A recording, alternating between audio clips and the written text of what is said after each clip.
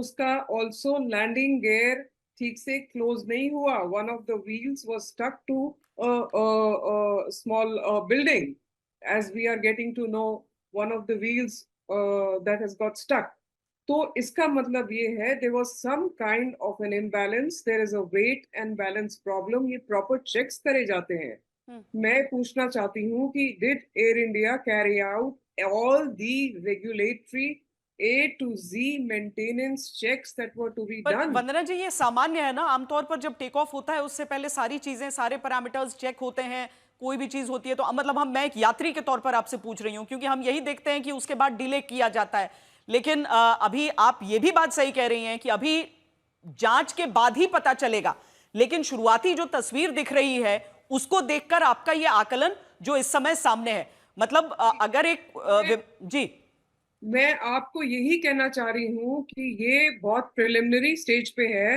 पर अगर आप टेक ऑफ के बाद this is happening, then it is very serious. It has got to do with weight volume in discrepancy. It has got to do with some kind of misdeclaration. आप ये जानती हैं कि एक lithium battery, एक DGR cargo, कोई चीज गलत इस जहाज में हो जो चेक ना हो, anything can cause this. On top of that, there has been some sort of miscalculation. This is mandatory.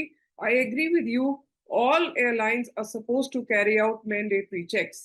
पर मुझे नहीं लगता कि एकदम टेक ऑफ के बाद ये होना, plus an engine fault plus a landing gear sticking, मतलब कुछ तो मिसिंग है ना.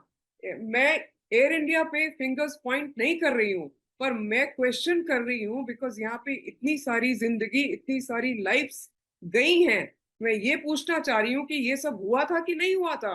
Because normally you are taking off, when you are taking off on full fuel, you are fully loaded. Therefore जब ब्लास्ट होगा, ये होगा, तो ऑब्वियसली कोई बचेगा ही नहीं.